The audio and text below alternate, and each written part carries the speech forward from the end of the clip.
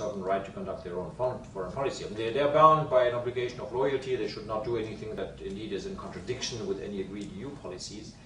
But obviously there's a quite a large grey zone there, you know, what kind of behavior amounts to a violation of the principle of loyalty. So the member states are supposed by the treaty to support the whatever the EU is doing.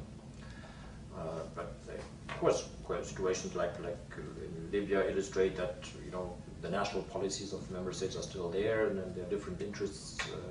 But what is interesting to note in the context of Libya, for example, is that there is nonetheless, despite different approaches from a national perspective among our member states, there is a clear political agreement, and everything has been put in place already, to launch European Union crisis management operations with a humanitarian purpose in Libya, should it be required. Right now, it's on hold because the United Nations have not really requested so far the European Union to do anything. So that illustrates, you know, the specificity or the added value of the EU's common foreign policy, that can take concrete foreign policy-oriented action, even though the political analysis of the situation or notwithstanding diverging national policies as regards in a situation like that. Obviously, you know, the situation in Libya has like many facets and many components. So, you know, the fact that some member states take a more active role than others does not mean that the EU cannot do anything on its own in a collective manner. Do you think the question of Mr. Kissinger about the phone call has been resolved now somehow? I mean, is the EU now being visioned, you know, globally more and more of somebody that you can call, representative, get some real weight behind the phone call? Well, one of my colleagues, similar, faced with a similar question in a similar forum, sort of jokingly said, of course there's one phone number in Brussels, but with 27 extensions. So. Well, it depends. I mean, it's, you know, of course, there's now more coherence and more unity, clearly. I mean, if Secretary of State Clinton wants to talk to the European Union, she's going to talk to Catherine Ashton. That's quite clear. However, it is, of course, she also talks to William Hague and to other foreign ministers bilaterally. That is normal, because, as I said before, national policies do not disappear because of the European Union is trying to forge a common foreign policy. But nonetheless, I think that's the whole idea of this system, that we have now an interlocutor for the United States, for any other country in the world, for international organizations that you know, is in Brussels, is reachable, and is there for a period of 5 years, and that, I think, is in itself that is a big progress. But of course, you know, there are certain realities also existing bilateral relations, especially, as you know, between the United States and the UK, but also the United States, of course, had many also bilateral relations that pre-existed the Lisbon Treaty and previous treaties with all our new a lot of our new member states that joined the European Union more recently. So these realities do not change just by virtue of the Treaty of Lisbon. Well, with the case of President Obama will call Van Rompuy now, the President of the Council of the European Union, is President then. Again, I'm not so, maybe, but there's not an obligation for him to do so. I mean, that is, I think,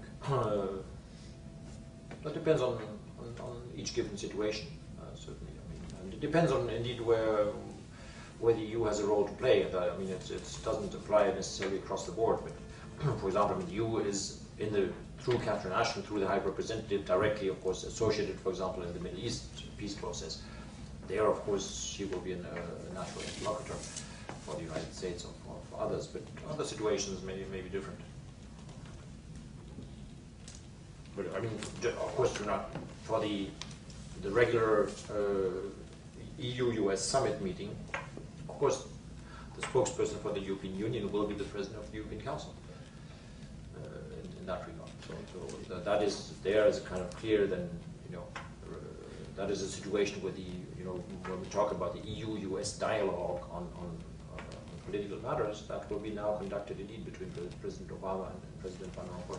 how do we distinguish? It's very confusing for citizens who want to understand the role of Mr. Barroso and Mr. Van Rompuy. They're always together in global traveling around the world, but I mean, that's a bit confusing. I mean, although of course they're very important to the function, but what is the difference really?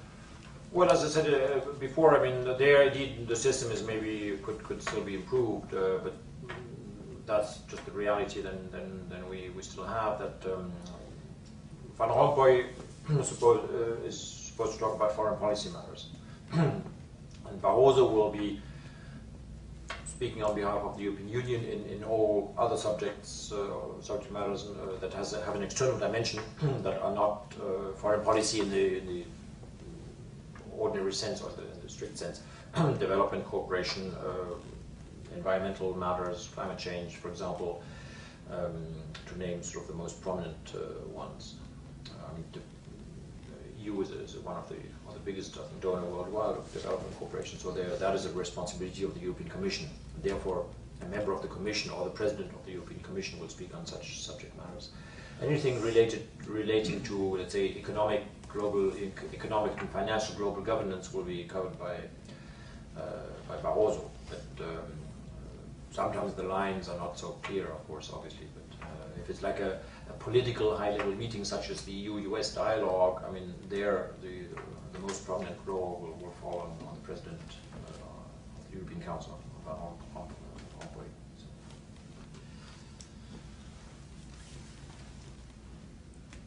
Do these entities ever get together? I mean, do they coordinate and meet in some form? In other words, you know, the United States has a cabinet meeting.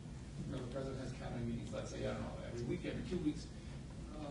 Is there something that brings all the top people together on a regular basis or on a constitutional basis?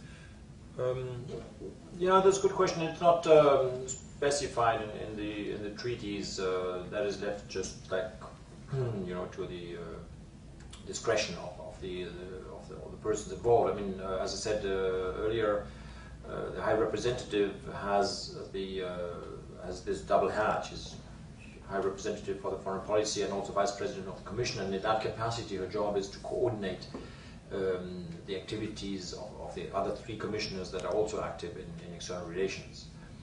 And then of course otherwise, but for example there's no mandated mechanism under the treaty that, for example, would mandate a regular coordination between President Barroso and President Van Rompuy. They work for different institutions. The European Council is in terms of logistics support, is located within the Council Secretariat. So it's the Council Secretariat that, you know, assists Mr. Van Rompuy in his task. The Commission, of course, is a different institution, and so the President of the Commission will be helped by his own services. But of course, I mean, I'm sure they talk on a regular basis, but there's no institutional mechanism as such for that to happen. But I mean, of course, at the institutional level, we have the European Council, where also the President of the European Commission participates. So that would be, let's say, so the President of the European Commission, of course, is involved at the highest level in terms of the general policy making. And of course, also at the Council level, the Commission is represented in the Council of Ministers in order to provide all necessary input there. But there we are, of course, already talking about then the actual political decision-making process. Whatever, you know, coordination may happen before then is a different matter, and that is not specifically regulated. I mean, it's not under the treaties. I mean, there are some mechanisms within the Commission that, you know, cover all external aspects, etc. But there's nothing yet that formally, you know, brings, let's say, in a preliminary process, brings the 2 presidents together. But their tasks are generally quite easy to distinguish. Is there any change into the majority voting decision making or total agreement by all member states on certain subjects? Is there any change? I mean, it's obviously almost impossible to have a common line if everybody has to agree on everything. So is there been any shift slow into some kind of at least majority decision making so that you can have more likelihood of like having a common line of certain issues? Well, in foreign policy, that's not likely to happen soon. I mean, there are very limited possibilities under the treaty, in only very specific circumstances where qualified majority decision-making will be possible on a question of foreign policy. But the basic rule is starting with the European Council as a top policy-making body, that unanimity is required, or consensus for that matter. The European Council normally doesn't really vote. However, I mean, it is possible at the Council of Ministers level to take, that was not the case at the beginning of when the foreign policy was instituted. There's a possibility of the so-called abstaining, or so-called constructive abstention, whereby one member state could just clearly indicate, make a statement that in substance it does not agree for reasons of national policy with a specific decision being taken, but it would not object to the decision. Of course, I mean, each member state basically has a veto, and each member state can of course block any foreign policy decision. But there are possibilities of just using this abstention mechanism to, which has been used in the past on a few occasions to bring this process forward.